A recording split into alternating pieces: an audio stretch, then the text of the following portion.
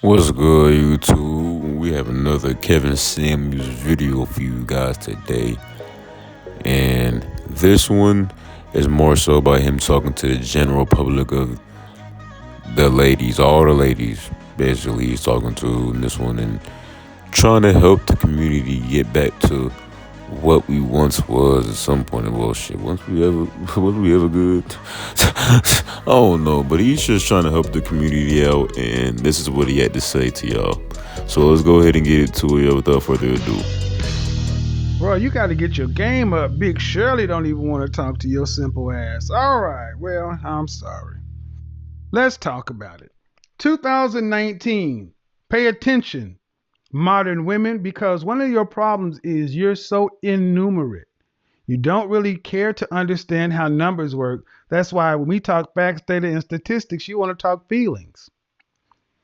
What this chart is the median USA male population median income. What does that number say? Classroom, what does that number say? The median USL male median population in 2019, 38,461. And if you look at this, wages have been stagnant, flatline for years. But ladies, before y'all start talking about how broke men are, look at y'all's ass. 25,370, That's you. Men, you're a third of what men are. You, men are so divide 38 by 25, and that's what ladies are. That's the median income. Okay? Why is that important? Why is that important? Oh, hello. Shout out to Smashley. I got some announcements coming up later on. That's why you never keep shit on your phone that you don't want to get on camera. All right. What else? What is the median income for the U.S. family? Median income for the U.S. family. Median income family of four.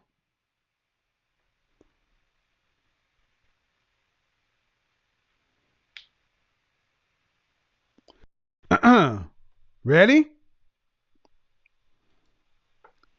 The real median income in the United States increased 0.08%. That's less than a percentage point to 61,937 between 2017 and 2018. Okay? 61,000. Okay? Now, why is that important? That's a family of four. Husband working, wife working, two kids. So when women come in talking about an average man is making 75,000, what the French freaking toast are you talking about? A family of four in this country is surviving on 61,000. Why? Because you take that 38 that a man is making and that 28, that 38 that a man's making, that 25 that a woman's making, put them together, that's 63 roughly.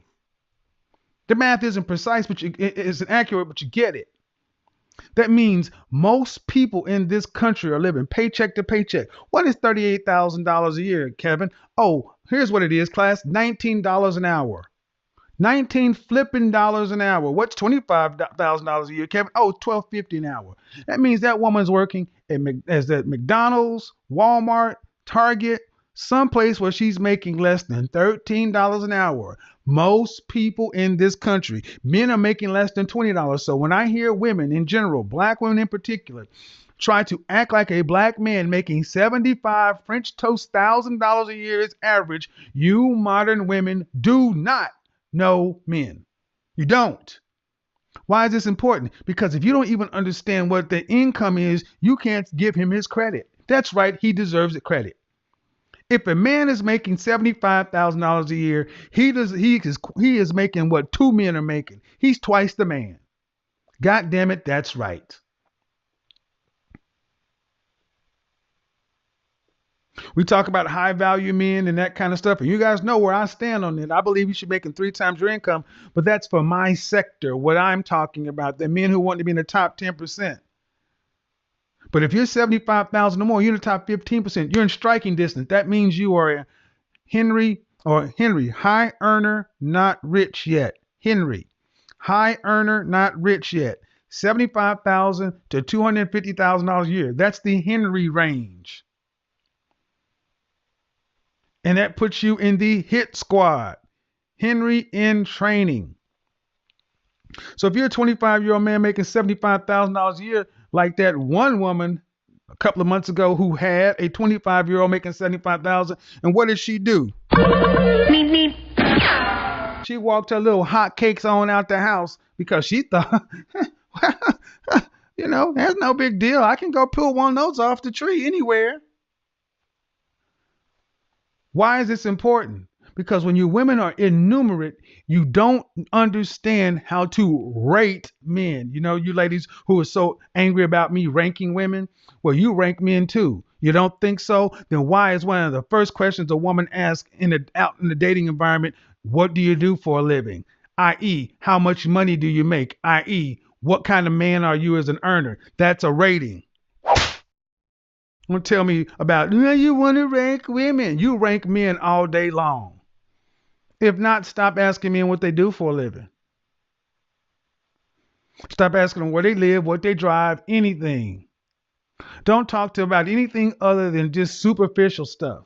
Don't ask them where they went to school, because what it does is it gives you an approximation of their actual sexual marketplace French toast value.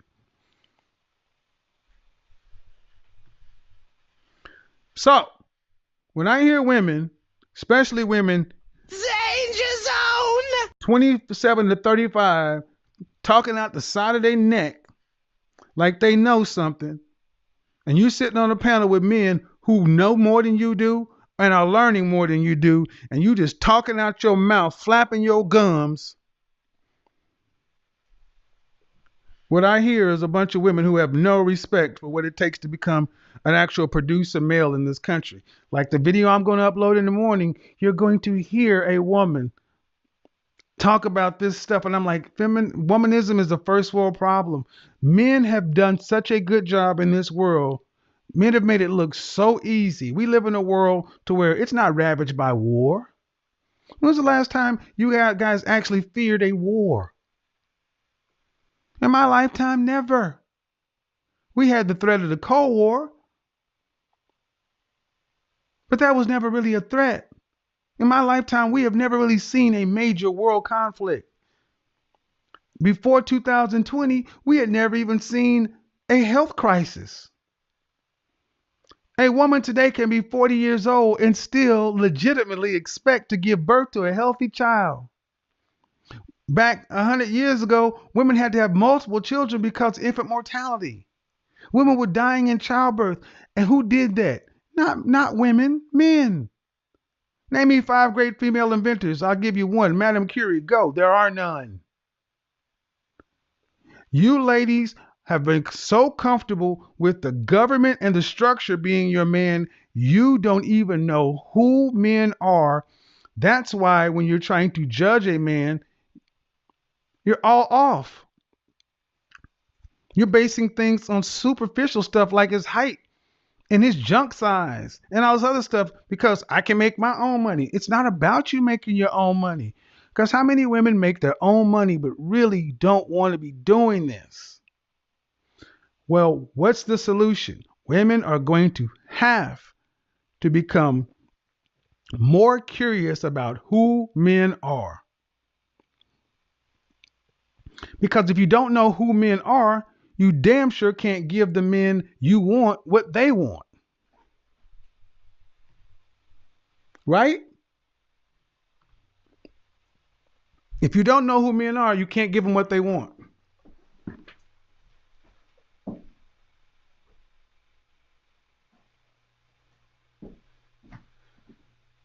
Songs to the drill.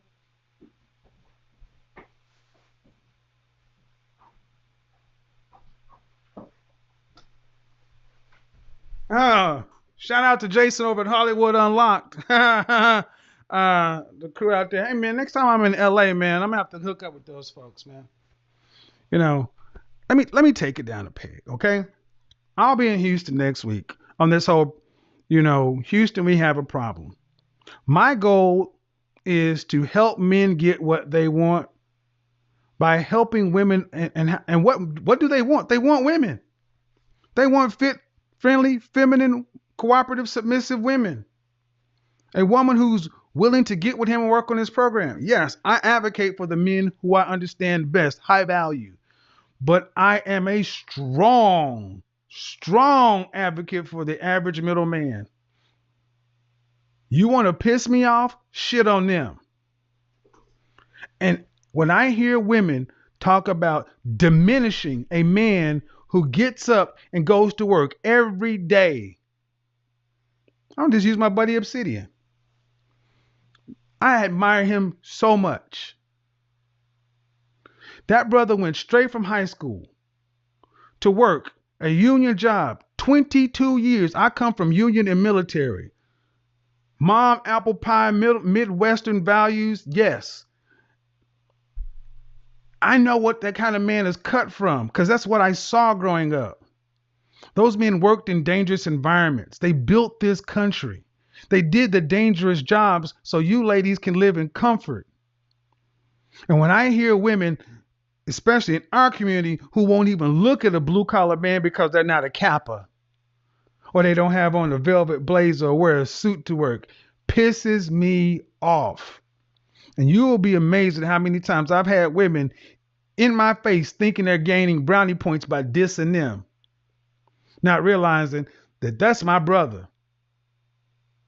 Yeah, I may walk up and do Wall Street stuff and everything else, but I've said it before and I said it again, white collar men ain't shit without blue collar men. Never have been.